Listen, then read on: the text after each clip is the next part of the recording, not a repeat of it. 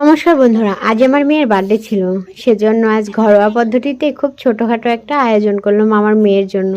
আমার মেয়ে একগাল হাসি মুখে দেখুন বসে পড়েছে, সে তার বার্থডে পালন করবে। কাল থেকে সে বলতেছিল মা বার্থডেটা কখন পালন করবে, কখন পালন করবে। তো এখন সেই শুভক্ষণ, আমার মেয়ের বার্থডেটা পালন করা হবে।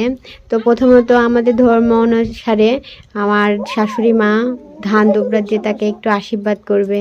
গুটি পায় আমার মেয়ে 3টা বছর পার করে ফেললো, এমনই যেন হাসি খুশি ভাবে সারাটা জীবন তার কেটে যায়।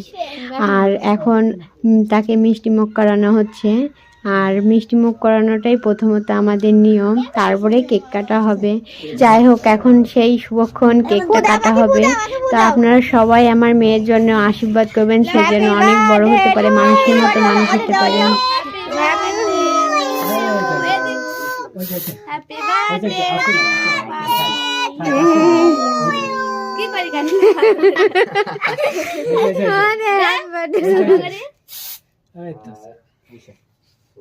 তো ফাইন হয়েছে।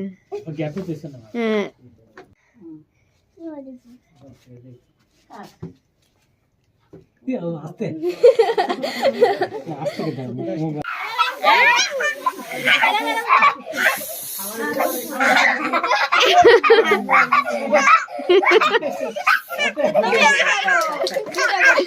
আচ্ছা না থাকে